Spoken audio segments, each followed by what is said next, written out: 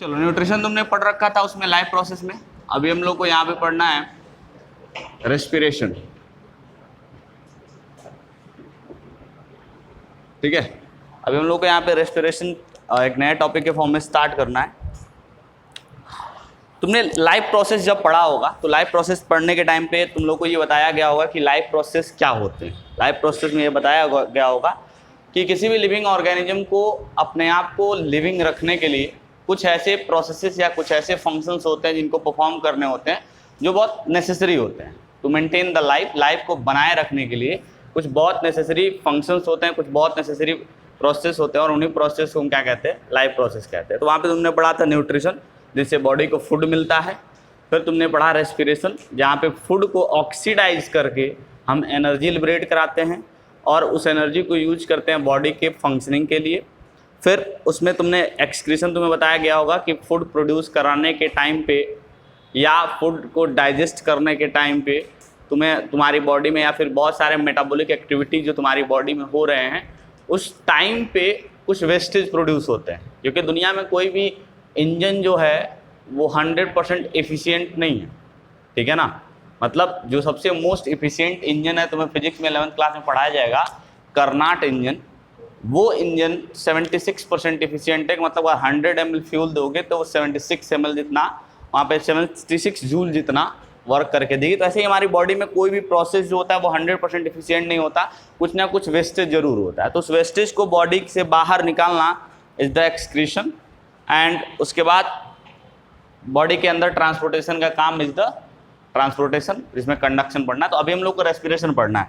तो रेस्पिरेशन का डेफिनेशन क्या होगा, सिंपल सा समझना। बहुत अलग अलग किताबों में अलग अलग डेफिनेशन तुम्हें देखने को मिलेंगे और रेस्पिरेशन के जो प्रोसेस है उसका डिवीजन भी अलग अलग किताबों में अलग अलग होता है। अभी देखो यहाँ पे रेस्पिरेशन क्या होता है। सिंपल सा मतलब रेस्पिरेशन का हम एक्सचेंज आप गैस से समझते हैं। इट इज द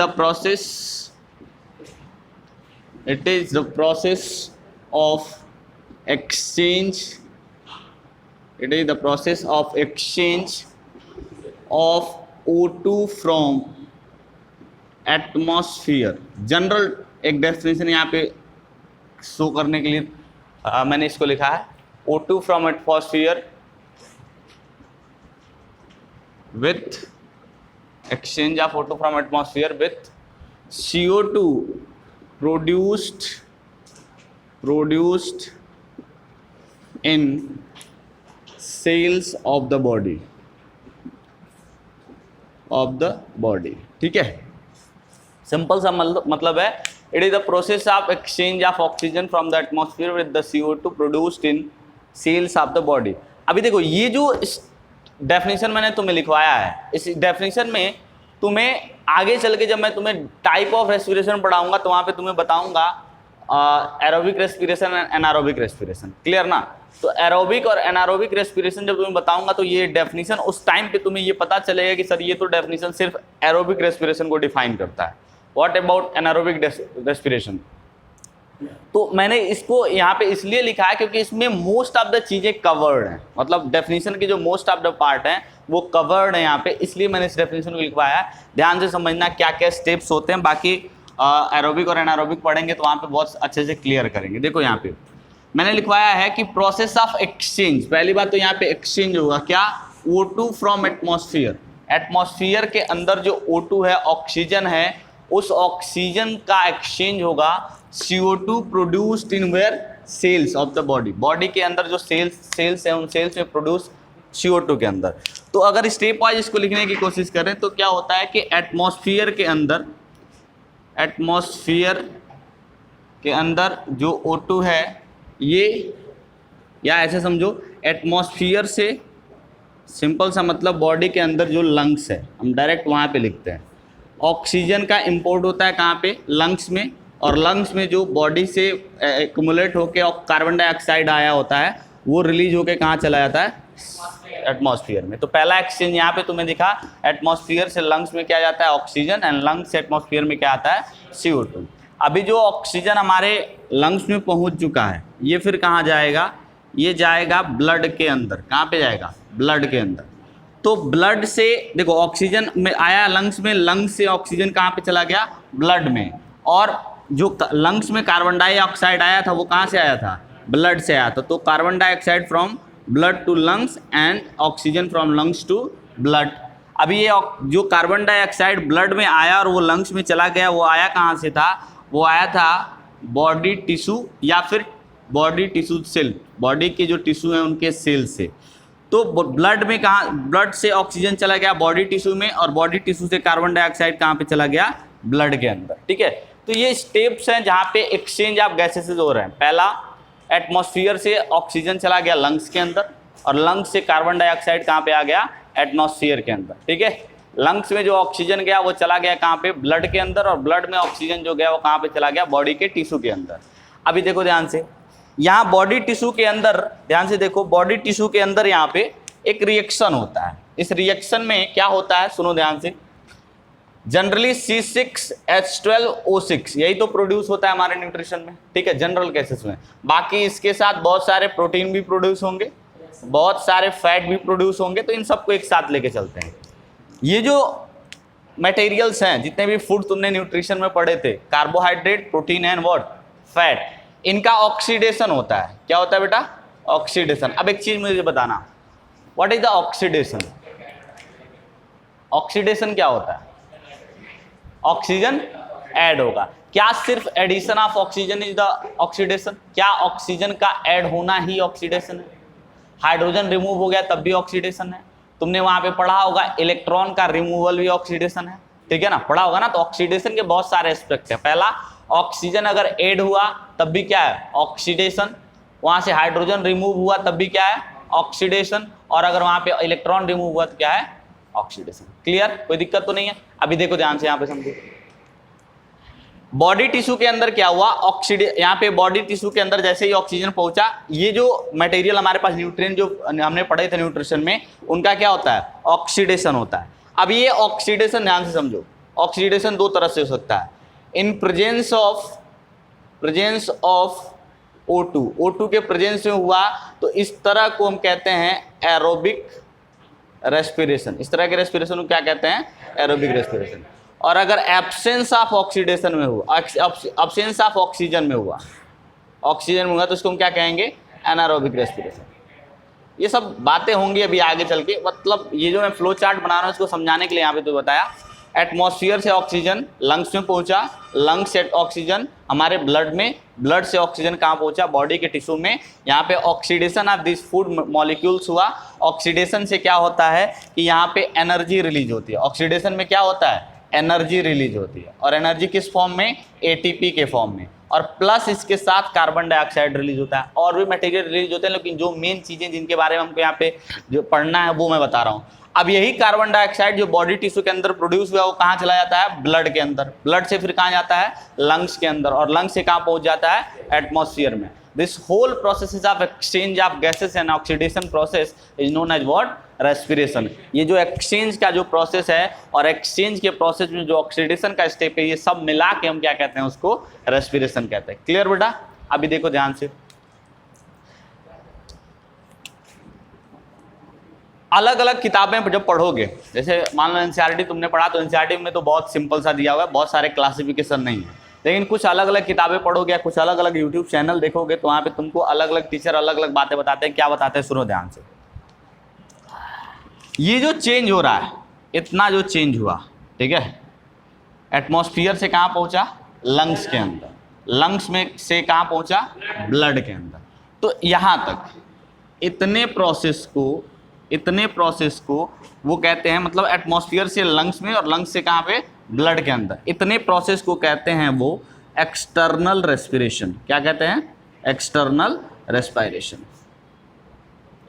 देखो ये बहुत कुछ इंपॉर्टेंट टर्म नहीं है, लेकिन मान लो अगर कभी कोई किताब से क्वेश्चन सॉल्व कर रहे हो तो वहाँ तुमको ये जानना जरूरी है कि अगर किताब में रेफरेंस आ गया एक्सटर्नल रेस्पिरेशन का, तो तुम्हें जानना जरूरी होगा कि what is the external respiration. फिर यहाँ जब ब्लड से ये बॉडी टिश्यू के अंदर जाता है, यानी सेल्स के पास जाता है, इस टिश्यू के सेल्स के पास जाएगा, तो इसको उन्होंने कहा क्या, इंटरनल रेस्पिरेशन। क्या कहा बेटा, इंटरनल रेस्पिरेशन। क्योंकि एक्सचेंज ऑफ गैस कहाँ पे हो रहा है, ये बॉडी के इनसाइड में टिश्यू के अंदर। ठीक है, और ये जो यहाँ पे ये जो प्रोसेस हो रहा है, ये पूरा का प्रोसेस, पूरा प्रोसेस जो सेल के अंदर हो रहा है, इस प्रोसेस को उन्होंने कहा सेलुलर रेस्पिरेशन। इसको क्या कहा बेटा? Cellular respiration. यानी कि रेस्पिरेशन कहाँ पे हो रहा है? सेल्स के अंदर हो रहा है, इसलिए इसको क्या कहा? Cellular respiration. तो तीनों बातें समझ में आई। What is the external respiration? Lungs में एक्सचेंज ऑफ गैसेज, लंग्स और ब्लड के बीच में एक्सचेंज ऑफ गैसेज हो रहा है। एटमॉस्फेयर से लंग्स में ऑक्सीजन का जाना और वहां से ब्लड के अंदर चला जाना, ब्लड से कार्बन डाइऑक्साइड का लंग्स में आना और वहां से एटमॉस्फेयर में चले जाना। व्हाट? External respiration. ब्लड से बॉडी टिश्यू के अंदर अगर एक्सचेंज ऑफ गैसेस हो रहा है तो उसको क्या कहा? Internal respiration. और जो ऑक्सीजन ब्लड के बॉडी टिश्यू के अंदर गया और ऑक्सीजन ने जो ऑक्सीडेशन का प्रोसेस किया और वहां से कार्बन डाइऑक्साइड रिलीज हुआ, दैट पर्टिकुलर वो जो होल रिएक्शन हो रहा है उसको उन्होंने क्या कहा? Cellular respiration. क्लियर?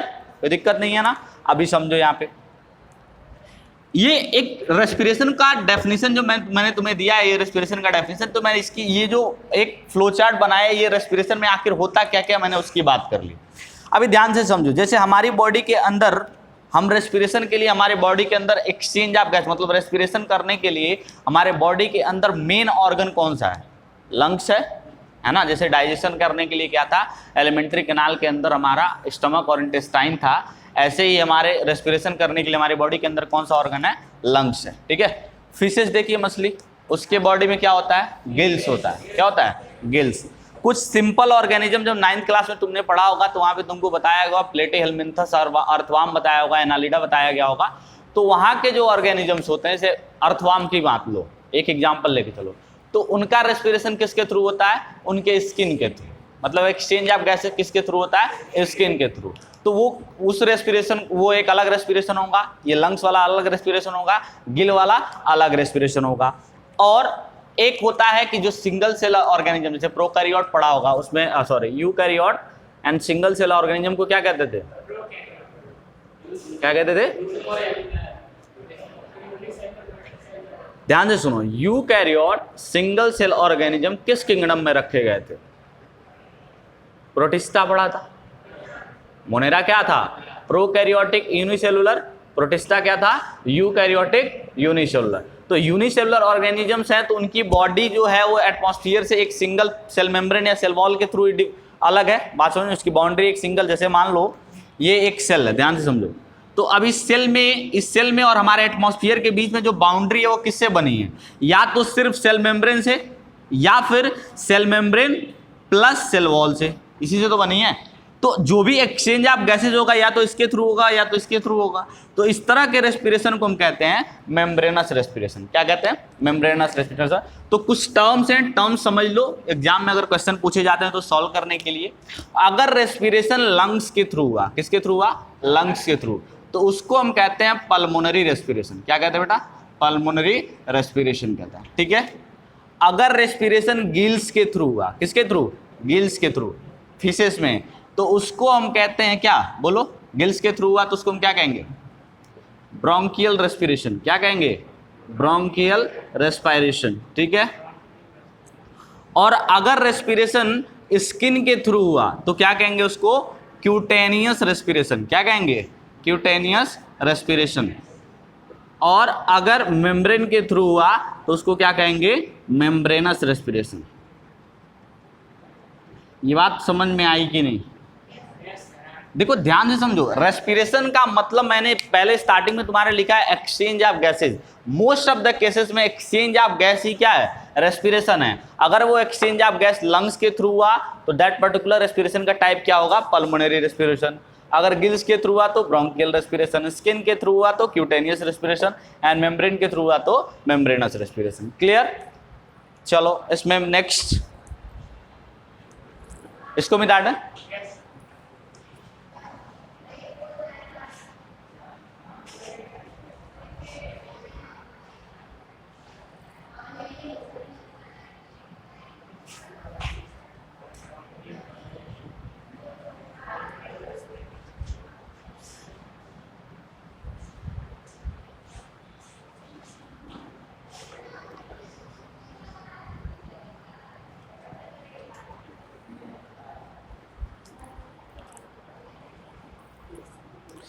चलो अभी देखते हैं, यहाँ पे हमको पहले अपने ह्यूमन के बॉडी का रेस्पिरेशन पढ़ना है इस वाले टॉपिक में।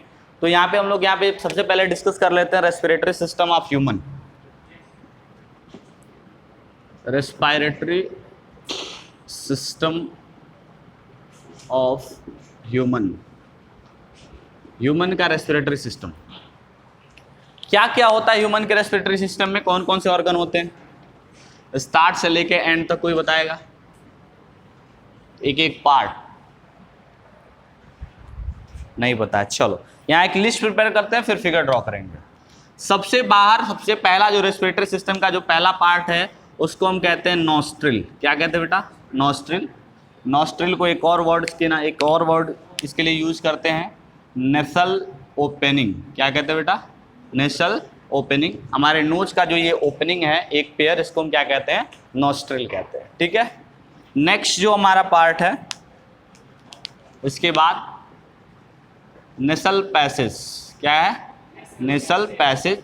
उस ओपनिंग के पीछे जो पूरा एक ट्यूब जैसा स्ट्रक्चर है, पैसेज है, उसको हम क्या कहते हैं? Nasal passage. ठीक है। फिर ये नेसल पैसेज आगे जाके मिलता है नेसल कैविटी में। कहाँ मिलता है बेटा?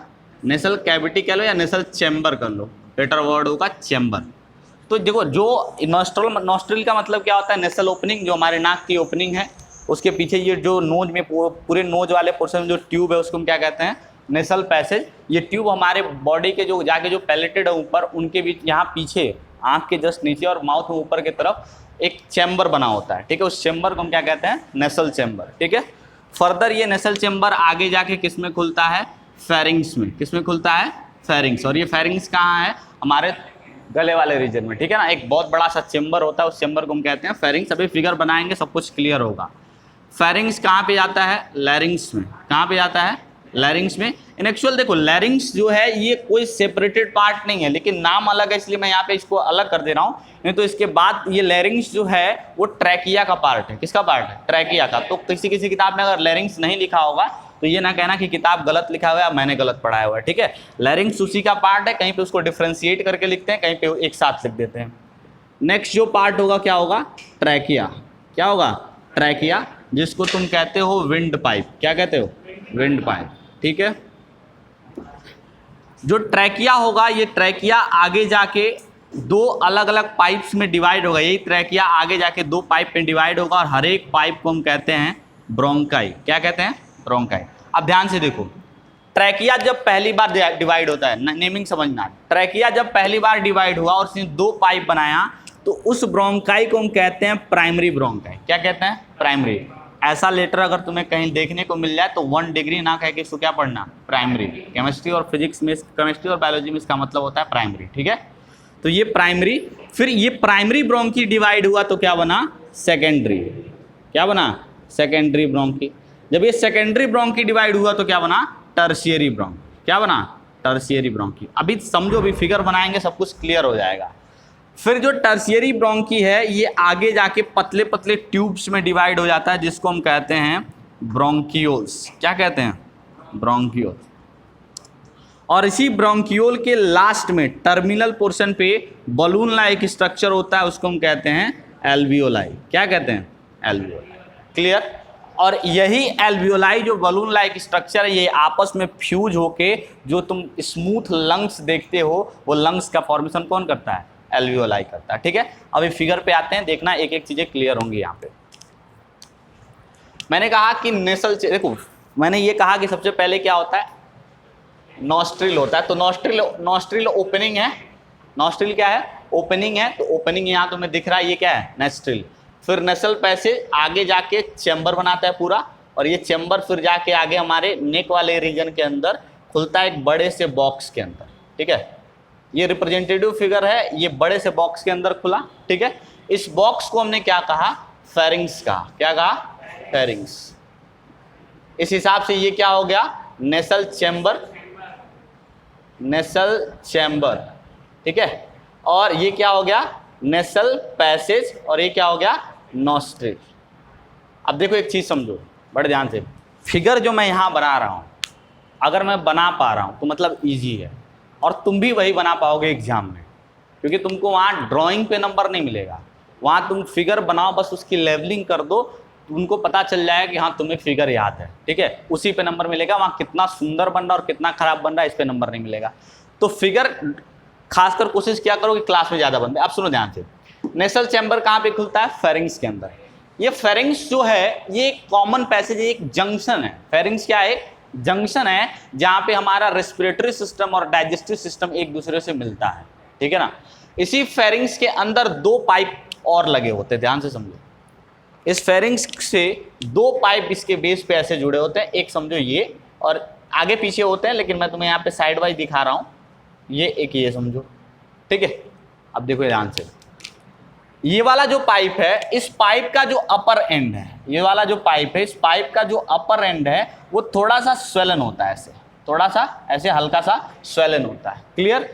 और ये वाला जो पाइप है वो नॉर्मल होता है, उसका डायमीटर ऊपर से लेके नीचे तक सेम होता है। इस वाले पाइप को हम कहते हैं फूड पाइप। क्या कहते हैं? Food pipe. इसी को तुमने पढ़ा होगा ईसोफेगस के नाम से, ओइसो नहीं ईसो, ठीक है। किस नाम से पढ़ा होगा? ईसोफेगस के नाम से। ये वाला जो पाइप है, ये पाइप है क्या? ट्रैकिया। इस पाइप को क्या कहते हैं? ट्रैकिया। इसी को तुमने पढ़ा नहीं होगा, लेकिन मैं पढ़ा रहा हूं, इसको मैं क्या कहता हूं? Wind pipe. क्या कहता हूं? Wind pipe. सुनो, अब एक चीज समझो ध्यान से, दोनों पाइप है, ठीक है, दोनों के जो ओपनिंग है वो किस में खुल रही है? फेरिंग्स में। कुछ डिफरेंसेस हैं इनके ओपनिंग के ऊपर। ये जो स्वेलन पार्ट है, इस ट्रैकिया का अपर स्वेलन पार्ट है, इसी को हम क्या कहते हैं? लैरिंग्स। क्या कहते हैं? लैरिंग्स। काम क्या होता है लैरिंग्स का? Sound production. लैरिंग्स का काम क्या होता है? Sound production. इसका रेस्पिरेशन में बहुत कुछ रोल नहीं होता है, इसका रोल किस में होता है? साउंड प्रोडक्शन में। सुनो ध्यान से, विंड पाइप की जो ओपनिंग है फेरिंग्स के अंदर, ये मान लो ओपनिंग हो गई, और ये किसकी ओपनिंग हो गई? फूड पाइप की ओपनिंग। जो विंड पाइप की ओपनिंग है, उस विंड पाइप की ओपनिंग को हम कहते हैं ग्लॉटिस। क्या कहते हैं? ग्लॉटिस। क्वेश्चन आया हुआ है एनटीएससी के एग्जाम में, what is the term use for opening of wind pipe? इसको हम क्या कहते हैं? ग्लॉटिस। तो इसके भी ओपनिंग का कुछ स्पेशल नाम होगा, इसको कहते हैं गलेट। क्या कहते हैं? गलेट। अब सुनो ध्यान से,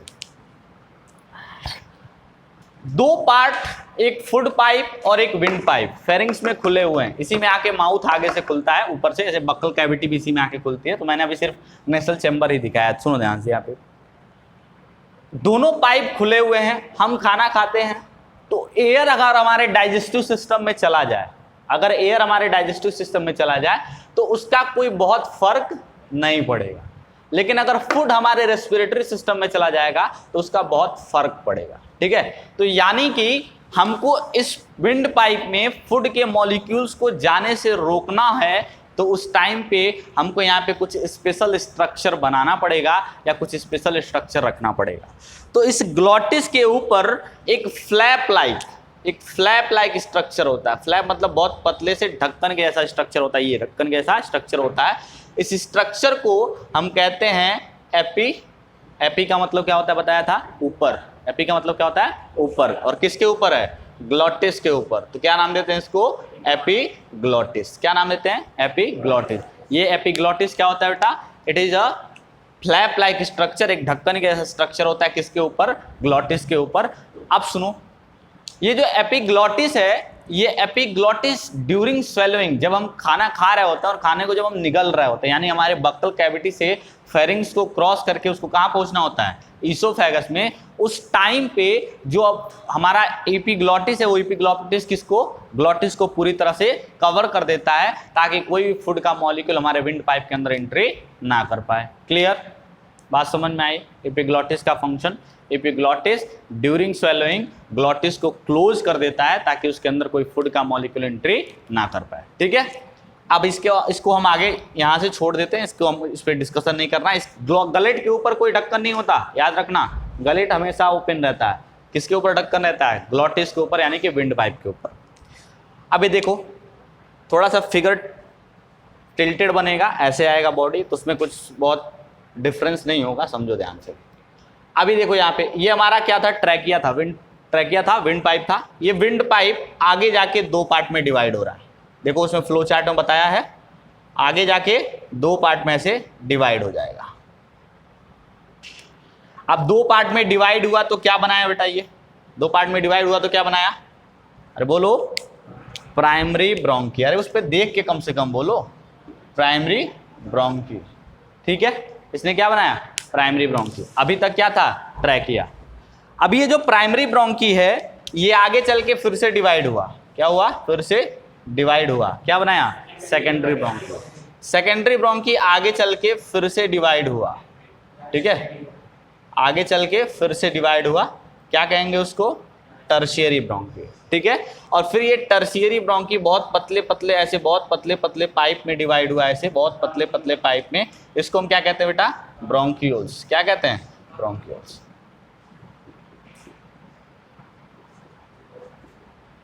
ऐसे बहुत पतले पतले इसको क्या कहते हैं, ब्रोंकियोल्स। अब सुनना ध्यान से, मैंने बताया हर ब्रोंकियोल के एंड पे, हर ब्रोंकियोल के एंड पे एक गुब्बारे के जैसा स्ट्रक्चर होता है ऐसे, ठीक है, उसको हम क्या कहते हैं, एल्वियोलाई कहते हैं। उसको क्या कहते हैं, एल्वियोलाई।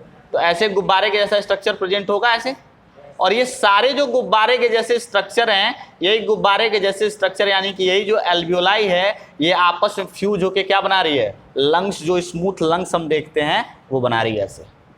बात समझ में आया, क्लियर है, कोई दिक्कत। तो जैसे इधर एल्वियोलाई फ्यूज होके क्या बना रही है, लंग्स, ऐसे भी इधर भी एल्वियोलाई फ्यूज होके क्या बनाती है, लंग्स।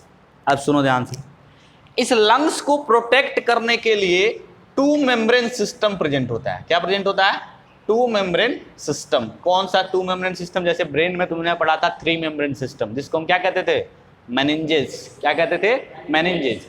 ऐसे यहाँ पे दो मेम्ब्रेन प्रेजेंट होता है जो हर एक लंग्स को प्रोटेक्ट करता है। कौन कौन सा मेम्ब्रेन होता है, उस मेम्ब्रेन को कहते हैं प्लूरा मेम्ब्रेन। क्या कहते हैं, pleura membrane, PLEURA, pleura membrane, ठीक है। उस मेम्ब्रेन को क्या नाम देते हैं, प्लूरा मेम्ब्रेन। अब सुनो ध्यान से, दो मेम्ब्रेन है, क्या है, दो मेम्ब्रेन।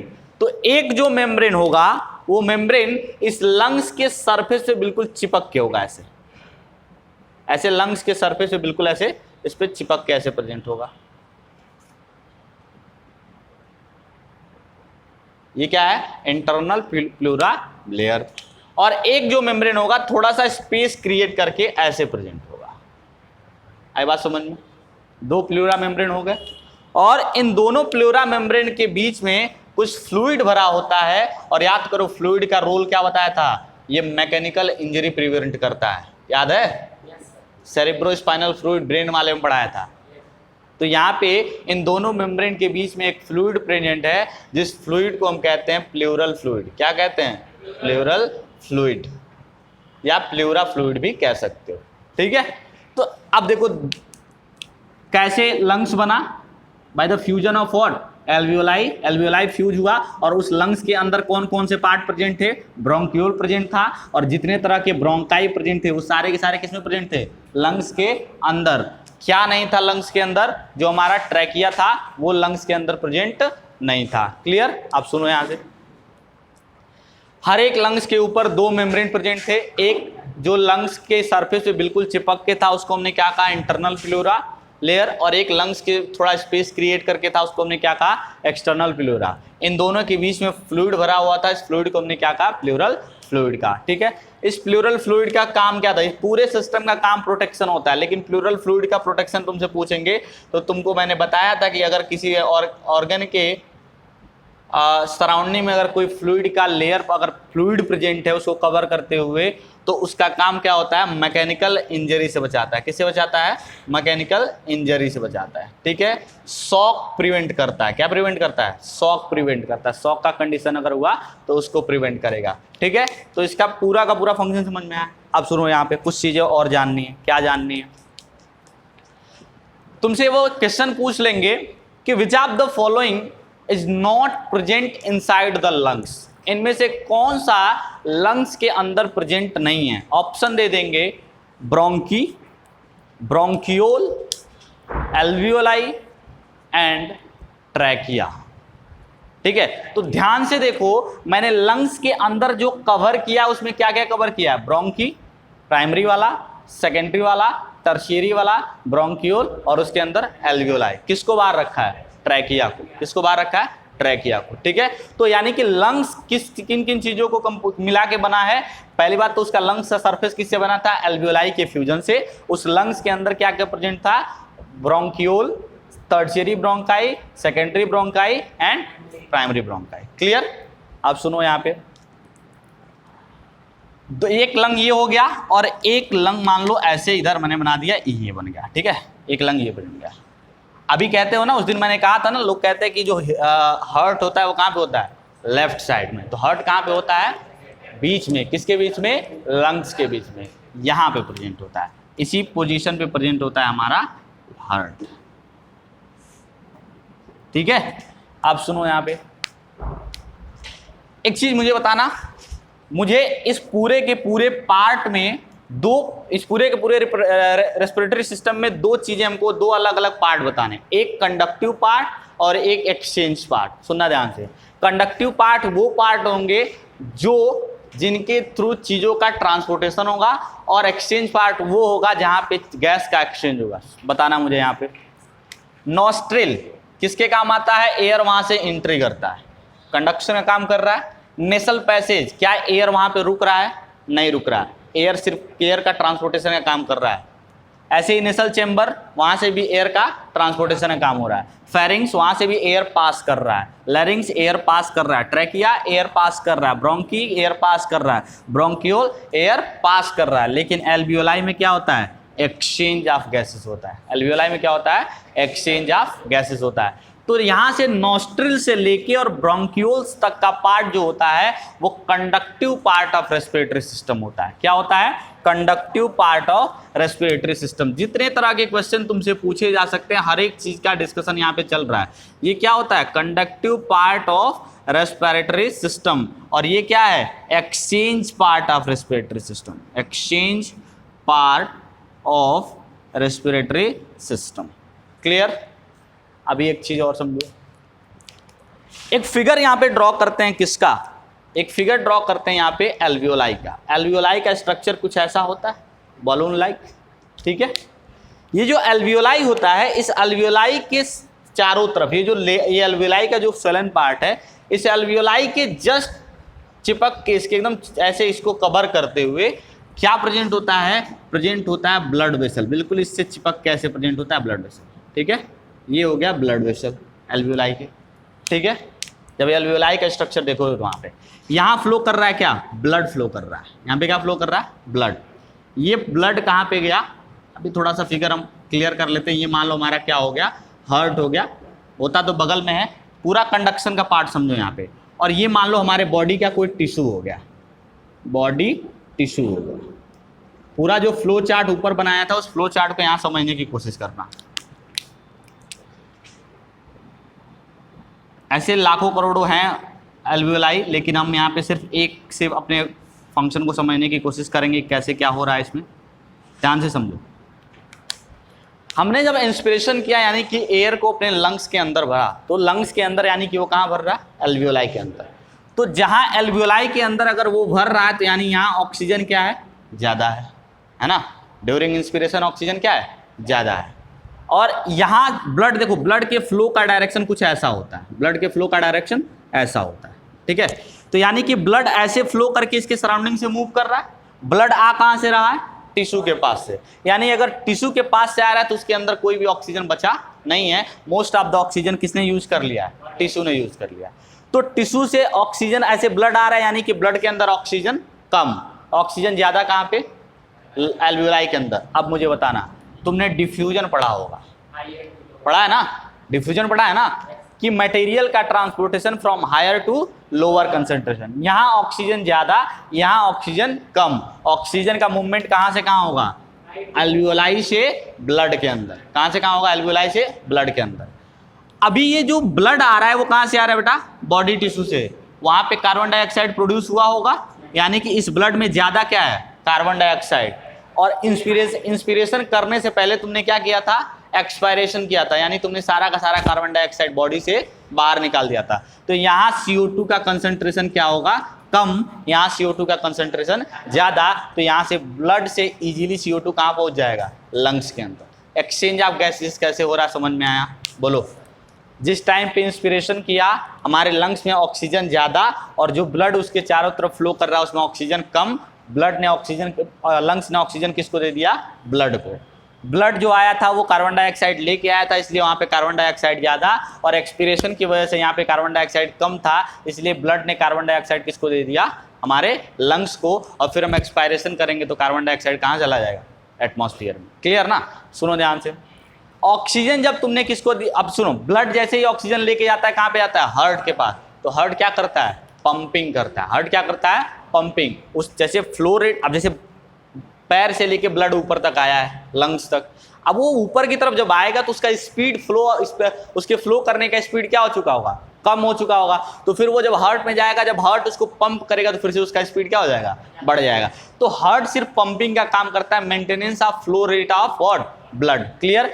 यहाँ से फिर कहाँ जाएगा, बॉडी टिश्यू में, फिर ऑक्सीजन यूज होगा, फिर कार्बन डाइऑक्साइड प्रोड्यूस होगा, फिर यहाँ आएगा एक्सचेंज ऑफ गैसेज होगा। क्लियर? तो पूरा स्ट्रक्चर समझ में आया रेस्पिरेटरी सिस्टम का, स्ट्रक्चर समझ में आया, इससे बेस्ड सारे क्वेश्चन समझ में आए तुमको। यहाँ पे कोई दिक्कत है किसी पार्ट में, कोई पार्ट ना समझ में आया हो तो पूछो, और इसमें जो इंपॉर्टेंट है वो फटाफट लिखो, फिर हम लोग आगे पढ़ेंगे कि रेस्पिरेशन के प्रोसेस में क्या क्या पार्ट होता है। क्लियर?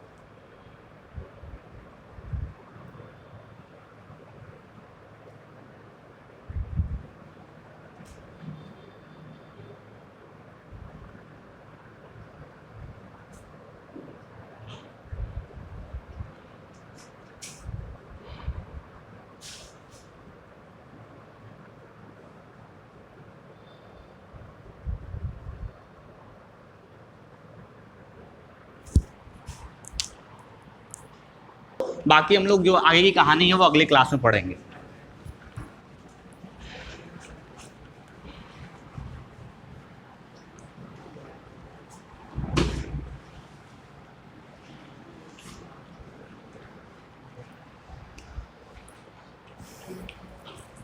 चलो एक लाइन फटाफट लिखो, उस लाइन से फिर हम लोग ब्रीदिंग स्टार्ट करेंगे। ब्रीदिंग को ही हम लोग कहते हैं एक्सटर्नल रेस्पिरेशन। क्या कहते हैं? External respiration. सुनो ध्यान से, lungs are present in an air tight chamber known as thoracic chamber।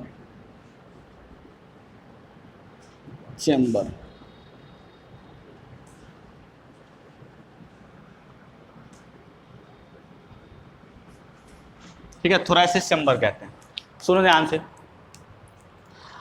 Air tight chamber का मतलब ये होता है कि अगर आप उस चेम्बर का वॉल्यूम चेंज करोगे तो उसके अंदर प्रेजेंट जितने भी कंपोनेंट होंगे उन सारे कंपोनेंट का वॉल्यूम भी क्या होगा? चेंज होगा। ध्यान से समझो, ये एयर टाइट थोरैसिक चेम्बर बनता किससे है? हमारे बॉडी के मैंने साइड बताए थे, वेंट्रल साइड। क्या बताया था? वेंट्रल का मतलब ये फ्रंट वाला, वेंट्रल का मतलब क्या है? फ्रंट वाला, और डॉर्सल का मतलब हमारा जो पीछे वाला रीजन है। तो वेंट्रल साइड में जो ये थोरैसिक चेम्बर होता है वो कौन बनाता है? स्टर्नम बनाता है। कौन बनाता है? स्टर्नम क्या है ये भी समझ में आएगा। साइड से कौन बनाता है? दोनों साइड से, लेटरल साइड, लेटरल मतलब दोनों हाथ के साइड से, लेटरल साइड से कौन बनाता है? रिब्स बनाती है। कौन बनाता है? रिब्स। ठीक है, और लोअर साइड से, नीचे के साइड से कौन बनाता है? डायाफ्राम। कौन बनाता है बेटा? डायाफ्राम। सुनो ध्यान से, कुछ ऐसा स्ट्रक्चर होता है हमारे थोरेसिक चैम्बर का। ये एक यहाँ पे ऐसे एक फ्लैट बोन होता है, इस फ्लैट बोन को हम कहते हैं स्टर्नम। क्या कहते हैं? स्टर्नम। ये जो हमारे रिब्स के बीच में, यहाँ पे रिब्स के बीच में जहाँ दोनों तरफ से रिब्स आके जुड़ी हुई हैं, यहाँ पे एक फ्लैट बोन है, उस फ्लैट बोन को हम क्या कहते हैं? स्टर्नम। ठीक है ना? इस फ्लैट बोन को हम क्या कहते हैं? स्टर्नम।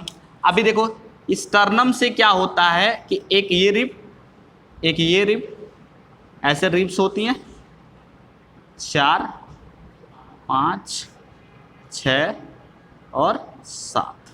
ठीक है? ऐसे इधर से भी होती है।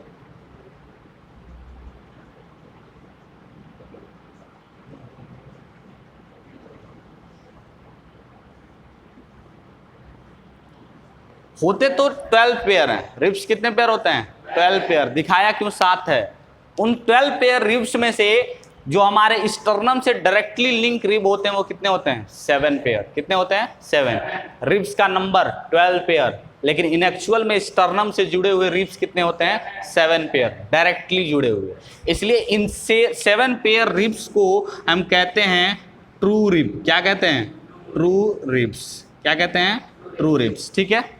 अभी देखो ध्यान से, ये फर्स्ट हो गया, सेकंड हो गया, थर्ड हो गया, फोर्थ हो गया, फिफ्थ हो गया, सिक्स्थ हो गया, सेवेंथ हो गया। यहाँ से 8वां ऐसे होता है। 8वां किससे जुड़ा है? 7वें से। 9वां किससे जुड़ा है? 7वें से। और 10वां किससे जुड़ा है? 7वें से। ऐसे यानी कि 12 पेयर रिब्स में से जो 7 पेयर रिब्स हैं वो डायरेक्टली किससे जुड़े हुए हैं? स्टर्नम से। बाकी उसके आगे के जो 3 पेयर रिब्स हैं वो किससे जुड़े हुए हैं? 7वें पेयर से। और वो किससे जुड़ा हुआ है? स्टर्नम से। मतलब वो इनडायरेक्टली जुड़े हुए हैं। ठीक है? इसलिए इसको कहते हैं फॉल्स रिब। क्या कहते हैं? False ribs. ठीक है? अभी देखो यहां से, अभी कितने हो गए? कितने हो गए? 8, 9, 10। अभी भी 2 बाकी हैं। इनमें से 2 रिब्स ऐसे होते हैं जो पीछे वर्टिब्रल कॉलम से तो जुड़े होते हैं, लेकिन फ्रंट पे किसी से नहीं जुड़े होते हैं। यहाँ होते हैं फ्रेंड, यहाँ। ठीक है ना? जो आगे आके किसी से जुड़े नहीं होते हैं। ऐसे रिब्स को हम कहते हैं फ्लोटिंग रिब। क्या कहते हैं? Floating rib. उनको हम क्या कहते हैं? Floating ribs. क्लियर? सब 12 पेयर रिब्स होते हैं, जिनमें से ट्रू कितने होते हैं? 7। फॉल्स कितने होते हैं? 3। एंड फ्लोटिंग कितने होते हैं? 2। तो ध्यान से समझो, ऊपर से हमारा ये जो चैम्बर बना रहा है कौन? स्टर्नम। साइड से कौन बना रहा है? रिब्स। साइड से यानी लेटरल साइड से कौन बना रहा है? रिब्स। और यहां नीचे प्रेजेंट होता है एक डोम शेप स्ट्रक्चर। कौन सा शेप? डोम। डोम शेप स्ट्रक्चर प्रेजेंट होता है। डोम शेप ऐसा कुछ स्ट्रक्चर होता है, ऐसे मंदिरों में देखा होगा डोम जो होते हैं। तो ऐसे डोम शेप स्ट्रक्चर को हम क्या कहते हैं? डायाफ्राम। क्या कहते हैं? नीचे से ये बना रहा है और पीछे से क्या है? हमारा वर्टिब्रल कॉलम ऑलरेडी प्रेजेंट है। क्लियर? अब सुनो ध्यान से, इसी के अंदर ये जो चैम्बर बन रहा है, इस चैम्बर के अंदर प्रेजेंट होता है, ऐसे प्रेजेंट होता है क्या? लंग्स। ऐसे क्या प्रेजेंट होता है? लंग्स। अब इस चैम्बर का वॉल्यूम जब चेंज करोगे, यानी इस चैम्बर का वॉल्यूम जब चेंज करोगे, तो इसके साथ ही हमारे लंग्स का वॉल्यूम भी क्या होगा? चेंज होगा। इन रिब्स के बीच में एक स्पेशल मसल होता है, ऐसे रिब्स को ऐसे जुड़े हुए होता है। इन मसल्स को कहते हैं इंटरकॉस्टल मसल। क्या कहते हैं? Intercostal muscles. क्या कहते हैं? Intercostal muscles. सुनो ध्यान से, अब यहां से हमको ब्रीदिंग कैसे समझ में आएगी, क्या क्या चेंजेस होते हैं ड्यूरिंग इंस्पिरेशन और क्या क्या चेंजेस होते हैं ड्यूरिंग एक्सपिरेशन। हम जब सांस ले रहे होते हैं तो उस टाइम पे कैसे वॉल्यूम चेंज होता है, और जब सांस हम वहाँ पर बॉडी से बाहर निकाल रहे होते हैं तो कैसे होता है। सुन रहे हैं, जब हम रेस्पिरेशन इंस्पिरेशन की तैयारी यानी कि इनहेलेशन की तैयारी कर रहे होते हैं तो उस टाइम पे क्या क्या चेंजेस होते हैं इस पर्टिकुलर थोरेसिक चैम्बर में। जो हमारा डोम शेप ये डायाफ्राम है, ये फ्लैट हो जाता है। डोम शेप डायाफ्राम क्या हो गया? फ्लैट। यानी ऐसे था, अब ये क्या हो गया? फ्लैट हो गया।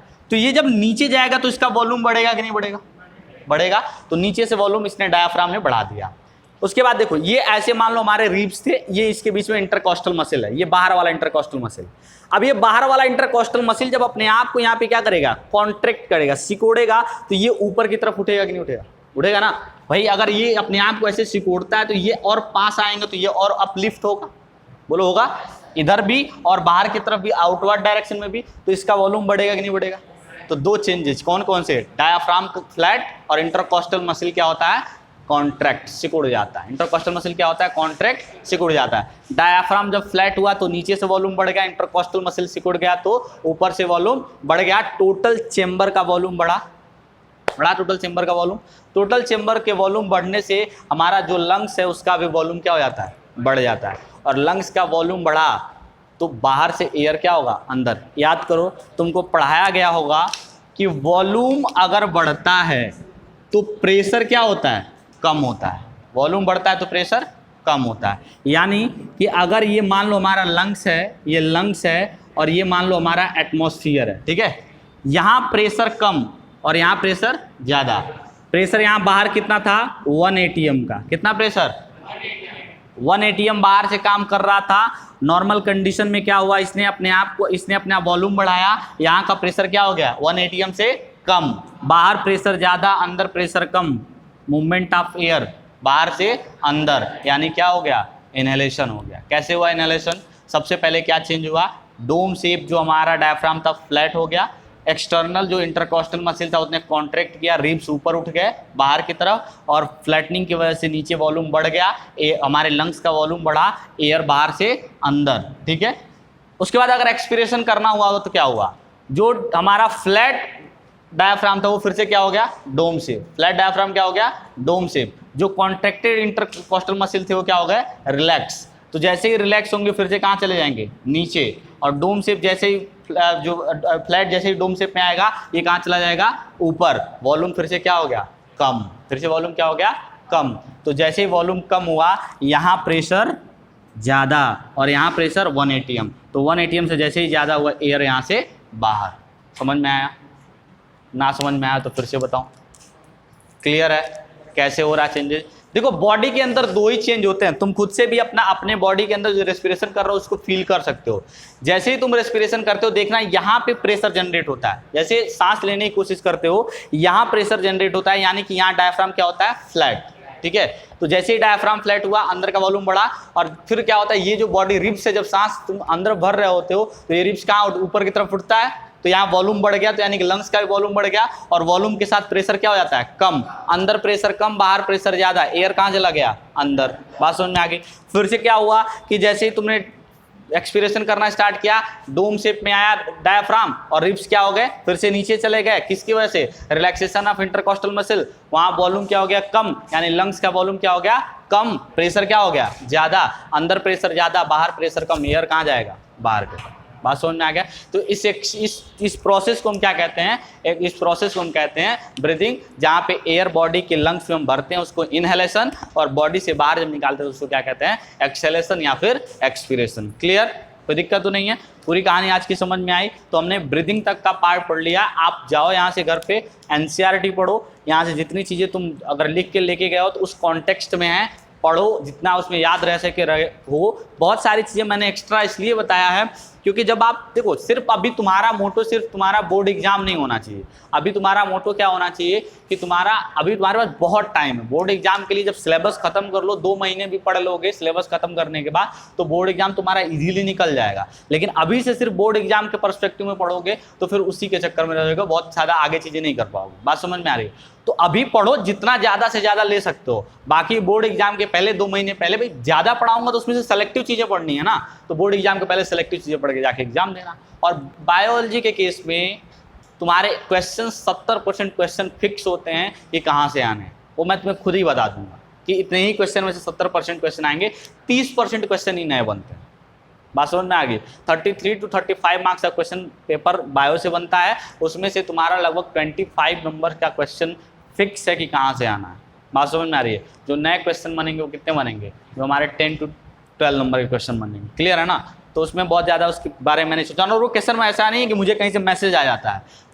पिछले जो एग्जाम्स के जो पेपर हैं उन पेपर के अकॉर्डिंग ही तुम्हें वो क्वेश्चन दिए जाएंगे। क्लियर है ना। तो वो मेरा काम है कौन कौन से क्वेश्चन तुम्हें देने हैं, तुम्हारा काम बस इतना है कि जो यहाँ पे पढ़ाया जाए उसको पढ़ो और अपने एनसीईआरटी को एकदम थॉरोली पढ़ो, एक एक वर्ड वाइज पढ़ते चले जाओ। इतना अपने आप को प्रिपेयर कर लो कि एग्जाम के एक दिन पहले पूरी किताब एक बार में पढ़नी हो तो एक बार में पढ़ के चले जाओ, कहीं पे तुम्हें रुकना ना पड़े। क्लियर। तो पूरा ये ब्रीदिंग समझ में आया कैसे हो रहा है, क्या क्या चेंजेस हो रहे हैं ब्रीदिंग के टाइम पे। एक बार खुद से क्लास खत्म होने के बाद 5-7 मिनट के लिए वो सारी चीज़ें एक बार रिकैप करना, वो याद हो जाएगा। क्लियर।